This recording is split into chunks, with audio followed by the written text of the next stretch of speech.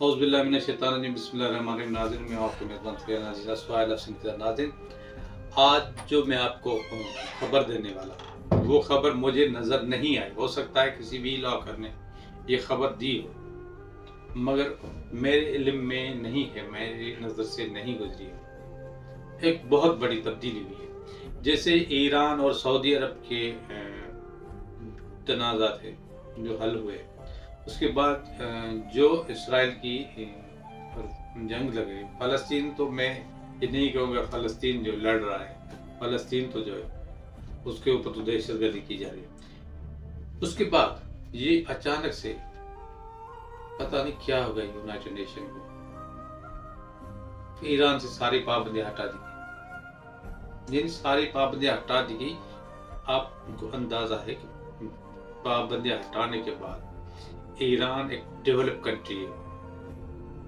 इतनी पाबंदियां होने के बावजूद उनका उसका स्ट्रक्चर है वो एशियन मुल्कों में से आपको बहुत कम नजर आएगा।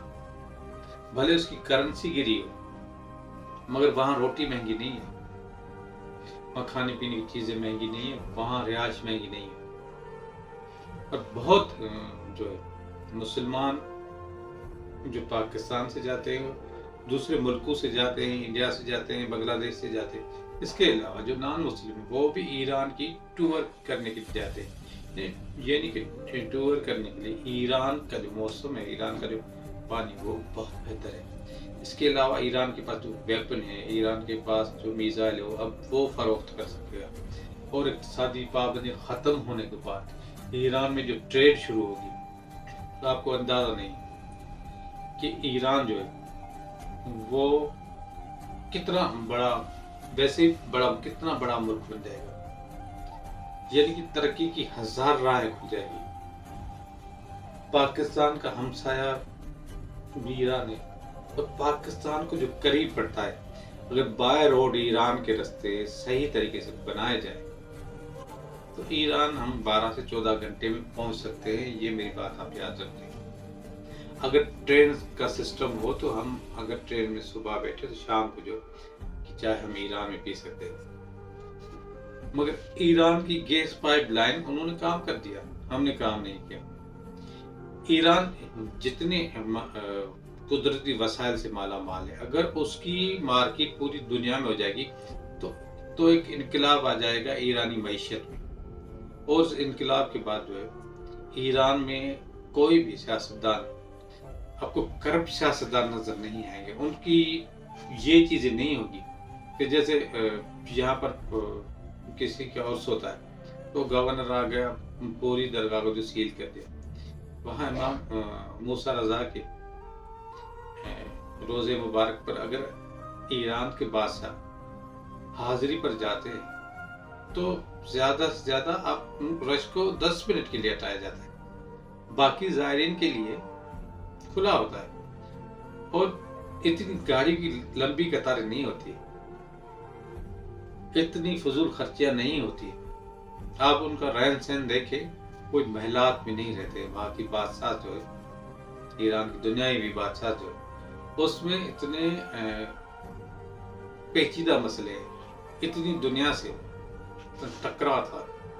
ईरान में न फ़कत ISI, मगर उसके बाद मूसाद के बाद जो है आपकी राह के बाद बहुत सारी एजेंसियों का जो है वहाँ पर डेरा रहा है। ईरान को फोकस किया गया है, ईरान को मुख्तलिफ वाक़यात के ज़रिए हाईलाइट किया गया है। जितने भी इंग्लिश अखबार आते, ईरान को एक ज़ालिम मुल्क बताया गया है। हालांकि ईरान में आप गए होंगे तो वहाँ पर कोई मजहबी पाबंदी नहीं, आपकी मर्जी, आप जिस तरह नमाज पढ़ना चाहे आपकी मर्जी है, जिस तरह आप चीज़ों को जो है वो मैनेज कर सके। मगर कुछ हर मुल्क के कानून होते हैं, अमेरिका के भी कानून होते हैं, रशिया के भी होते हैं। उनके कानून में है पर्दा, उनके कानून में सिंपल सी चीज़ें, औरतें पर्दा कर लें। उनके कानून में शराब पीना जो है वो बुरा समझा जाता है, शराब है भी मुसलमान के लिए हराम। और उनके जितने भी कानून है वो इतने सख्त नहीं कि आप जो है ये नहीं कर सकते या ये नहीं कर सकते। अगर कानून को आप फॉलो करके चलेंगे तो ईरान جو ہے آپ کے لیے بہتر سفر کرنے کے لیے جگہ ہوگی۔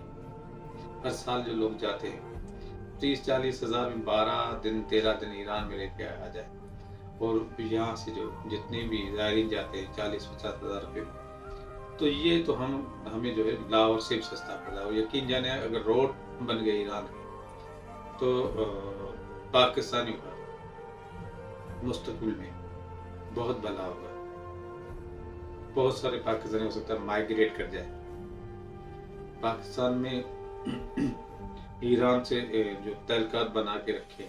پاکستانی عوام اور ایرانی عوام جتنی قریب ہے تو ہمیں اس چیز پہ خوش ہونا چاہیے کہ ایران سے جو ہے پابندیاں ہٹائی جا رہی ہے۔ کل کو یہ لگا دے یونائٹڈ نیشن کوئی ادارہ نہیں، یونائٹڈ نیشن کسی کے ہاتھ پہ چلنے والا کھلونا ہے۔ اسی مختصر ویلاگ کے ساتھ ملوں گا، اجازت پھر ملیں کسی اور ویلاگ میں، تب تک لیے اپنا بہت خیال رکھیے گا۔